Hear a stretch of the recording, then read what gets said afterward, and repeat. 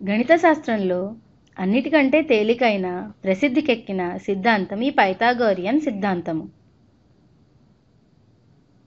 ఈ సిద్ధాంతము లంబకోణ త్రిభుజములకు అంటే రైట్ ట్రయాంగిల్స్కి మాత్రమే వర్తిస్తుంది. ఏదైనా త్రిభుజంలో ఒక కోణం 90 degrees ఉంటే దానిని లంబకోణ త్రిభుజం అంటాము. ఇది చూస్తే ఈ కోణం యొక్క రెండు భుజాలు ఒకటి అడ్డంగా మరొకటి నిలువుగా ఉన్నాయి. అంటే త్రిభుజంలో 90 degrees ఉంటే దాన్ని రైట్ యాంగిల్ ట్రయాంగిల్ అని అంటాము. దీని మీదే పైథాగోరియన్ సిద్ధాంతము వర్తిస్తుంది. అయితే అది ఏమి చెప్తోందో చూద్దాము. ఒక భుజము ఏ, ఒకటి బి, ఇంకొకటి సి అనుకుందాము. సి అన్నది లంబకోణానికి ఎదురుగా ఉన్న భుజము. ఏ భుజము లంబకోణానికి ఎదురుగా ఉన్నది అని గుర్తుంచుకోవడం చాలా అవసరం. లంబకోణ త్రిభుజములో a² plus b² equal to c² అవుతుంది.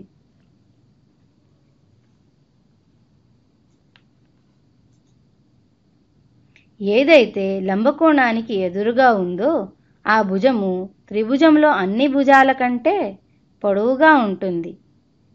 ఏవైనా రెండు భుజాల కొలతలు మనకి తెలిస్తే ఈ రాసిన సమన్వయం ద్వారా మనము ఇంకొక భుజము యొక్క కొలతని తెలుసుకోవచ్చును.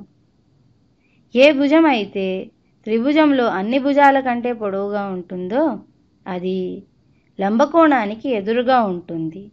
దానిని హైపోటెన్యూస్ లేదా కర్ణము అని అంటాము. ఇప్పుడు ఈ సిద్ధాంతాన్ని వాడుదాము. ఇది చాలా సులువైనది. ఒక లంబకోణ త్రిభుజాన్ని గీస్తాను. ఈ భుజం యొక్క విలువ 9, అలాగే ఈ భుజం యొక్క కొలత 7. అయితే ఈ భుజం సి యొక్క కొలత ఎంత? ఇప్పుడు పైథాగోరియన్ సిద్ధాంతాన్ని ఉపయోగిద్దాము. 9² ప్లస్ 7² ఈక్వల్ టు c²గా రాయవచ్చు. 9² యొక్క విలువ ఎంత? 81. అలాగే 7² విలువ ఎంత? 49.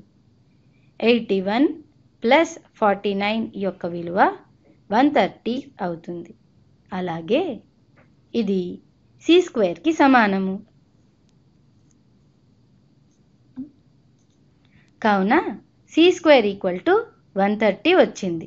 లేదా c ఈక్వల్ టు √130 అని రాయవచ్చు. దీన్ని చిన్న నెంబర్స్ యొక్క హారంలో విడగొడితే అది అన్ని ప్రైమ్ నెంబర్స్ వస్తున్నాయి. కావున దానిని ఇలాగే ఉంచేస్తాను. కావున c ఈజ్ ఈక్వల్ టు √130 అని వ్రాస్తాను. ఇప్పుడు ఇంకొక ప్రాబ్లం చేద్దాము. ఒక లంబకోణ త్రిభుజాన్ని గీస్తున్నాను. ఇది దాని లంబకోణం. ఈ భుజం కొలత a అనుకున్నాను. ఈ భుజం కొలత 21, ఇంకా ఈ భుజం యొక్క కొలత 35 అనుకుందాం. అయితే a ఎంత? కర్ణము 35 అయితే ఏని ఎలా కనుక్కోవాలి?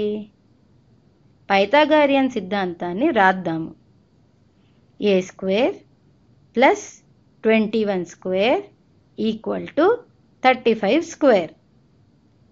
c² అన్నది అన్ని భుజాల కన్నా పొడవైనది అని లంబకోణానికి ఎదురుగా ఉండేదని గుర్తుంచుకోవాలి. కావున a² ప్లస్ 21² ఈక్వల్ టు 35² వస్తుంది. 21² ఎంత?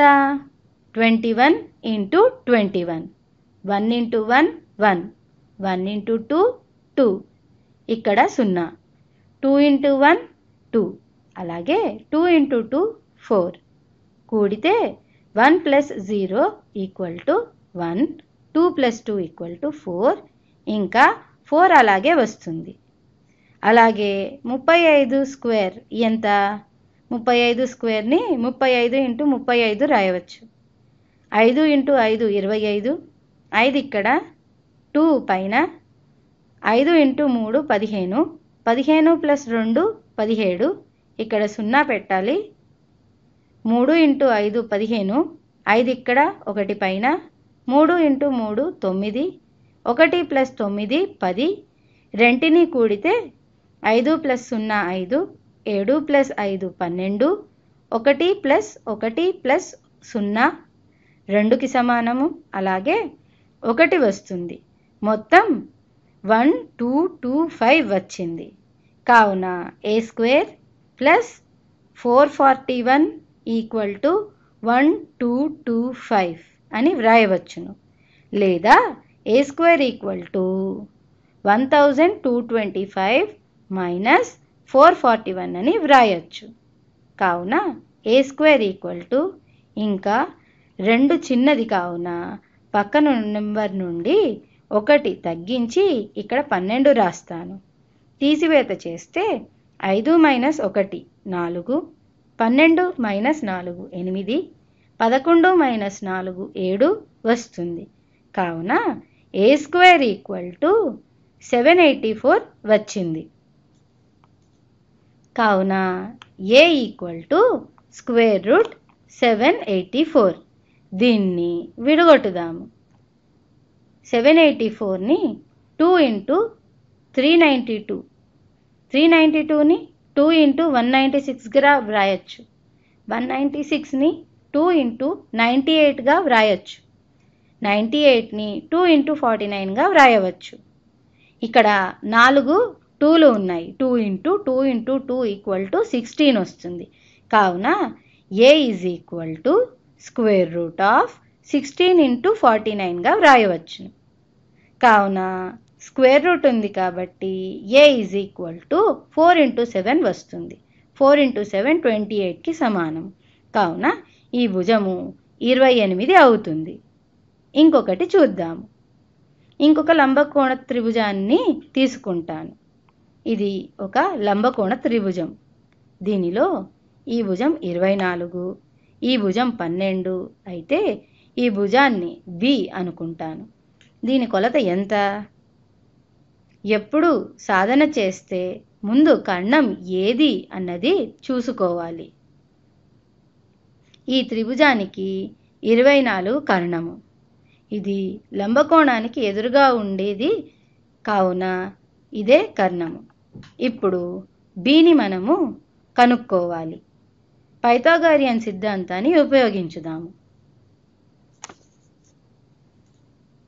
B square plus 12 square equal to 24 square వస్తుంది. దీనిని B square equal to 24 square minus 12 స్క్వేర్గా వ్రాయవచ్చు.